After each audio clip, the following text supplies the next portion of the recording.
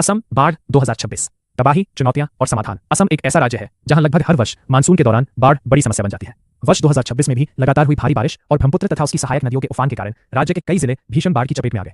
हजारों घर जलमग्न हो गए, लाखों लोगों को राहत शिविरों में जाना पड़ा और खेती, सड़क, पुल तथा अन्य बुनियादी ढांचे को भारी नुकसान हुआ। जुलाई 2026 के अंत तक बाढ़ से मरने वालों की संख्या 68 तक पहुंच गई और 5 लाख से अधिक लोग प्रभावित रहे। हालांकि कुछ क्षेत्रों में पानी उतरना शुरू हुआ, लेकिन राहत और पुनर्वास का काम अभी भी जारी है। बाढ़ की मुख्य वजह असम में बाढ़ का सबसे बड़ा कारण ब्रह्मपुत्र नदी और उसकी अनेक सहायक नदियां हैं। मानसून के दौरान अरुणाचल प्रदेश, भूटान और ऊपरी इलाकों में भारी वर्षा होने पर इन नदियों का जलस्तर तेजी से बढ़ जाता है। जब पानी खतरे के निशान से ऊपर पहुंचता है, तब नदी का पानी गांवों और शहरों में फैल जाता है। इसके अलावा नदी में गाद जमा होना, जंगलों की कटाई, अनियोजित निर्माण, जल निकासी की खराब व्यवस्था और जलवायु परिवर्तन के कारण अत्यधिक वर्षा की घटनाओं में वृद्धि भी बाढ़ को और गंभीर बना रही है। विशेषज्ञों का मानना है कि जलवायु परिवर्तन के कारण अत्यधिक बारिश की घटनाएं बढ़ रही हैं, जिससे पूर्वोत्तर भारत में बाढ़ का खतरा पहले की तुलना में अधिक हो गया है। सबसे अधिक प्रभावित जिले इस बार शिवसागर, चराईदेव, जोरहाट, धेमाजी, डिब्रूगढ़, गोलाघाट, लखीमपुर सहित कई जिले गंभीर रूप से प्रभावित हुए। कई गांवों का संपर्क पूरी तरह टूट गया। अनेक स्थानों पर सड़कें और पुल पानी में डूब गए, जिससे राहत सामग्री पहुंचाने में कठिनाई हुई। जनजीवन पर प्रभाव, बाढ़ ने लाखों लोगों का जीवन अस्त व्यस्त कर दिया।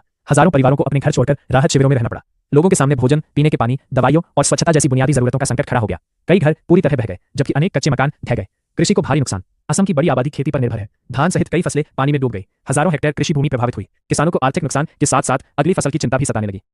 पशुपालन पर असर। कई मवेशी बाढ़ में बह गए या बीमार पड़ गए। पशुओं के लिए चारे की कमी भी गंभीर समस्या बन गई। इससे ग्रामीण अर्थव्यवस्था पर अतिरिक्त दबाव पड़ा। शिक्षा पर प्रभाव। सैकड़ों स्कूलों में पानी भर गया। कई विद्यालयों को राहत शिविरों में बदल दिया गया, जिससे विद्यार्थियों की पढ़ाई प्रभावित हुई। परीक्षाएं और नियमित कक्षाएं भी बाधित रही। स्वास्थ्य संबंधी चुनौतियां। बाढ़ के बाद दूषित पानी के कारण डायरिया, त्वचा रोग, मलेरिया और अन्य संक्रामक बीमारियों का खतरा बढ़ जाता है। स्वास्थ्य विभाग ने राहत शिविरों में मेडिकल टीमें भेजी और दवाइयों की व्यवस्था की। वन्य जीवों पर असर। असम का प्रसिद्ध काजीरंगा राष्ट्रीय उद्यान भी हर वर्ष बाढ़ से प्रभावित होता है। बाढ़ आने पर कई जंगली जानवर ऊंचे स्थानों की ओर जाते हैं। इस दौरान सड़क दुर्घटनाओं और अन्य खतरों का जोखिम बढ़ जाता है। राहत और बचाव कार्य। राज्य सरकार, राष्ट्रीय आपदा प्रतिक्रिया बल (एनडीआरएफ), राज्य आपदा प्रतिक्रिया बल (एसडीआरएफ), सेना, वायुसेना और स्थानीय प्रशासन ने संयुक्त रूप से राहत अभियान चलाया। नावों और हेलीकॉप्टरों की सहायता से लोगों को सुरक्षित स्थानों पर पहुंचाया गया। राहत शिविरों में भोजन, पानी, दवाइयां और आवश्यक सामग्री उपलब्ध कराई गई। केंद्र सरकार की भूमिका। प्रधानमंत्री नरेंद्र मोदी ने असम की बाढ़ की समीक्षा करते हुए राज्य को हर संभव सहायता देने का आश्वासन दिया। केंद्र सरकार ने राहत एवं बचाव कार्यों के लिए आवश्यक संसाधन उपलब्ध कराने पर जोर दिया। सामाजिक संगठनों का योगदान। कई स्वयंसेवी संस्थाओं, स्थानीय युवाओं और सामाजिक संगठनों ने राहत सामग्री वितरित की। अनेक लोगों ने भोजन, कपड़े, दवाइयां और आर्थिक सहायता उपलब्ध कराकर प्रभावित परिवारों की मदद की।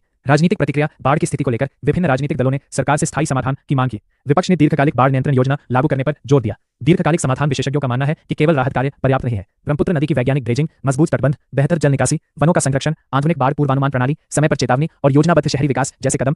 असम की बाढ़ केवल प्राकृतिक आपदा नहीं, बल्कि सामाजिक, आर्थिक और पर्यावरणीय चुनौती भी है। हर वर्ष आने वाली बाढ़ लाखों लोगों के जीवन को प्रभावित करती है। तत्काल राहत के साथ साथ स्थायी बाढ़ प्रबंधन, पर्यावरण संरक्षण और आधुनिक तकनीक का उपयोग ही इस समस्या का दीर्घकालिक समाधान हो सकता है। जुलाई 2026 की बाढ़ ने एक बार फिर ये स्पष्ट कर दिया है कि असम को ऐसी व्यापक नीति की आवश्यकता है जिससे भविष्य में जान माल के नुकसान को कम किया जा सके।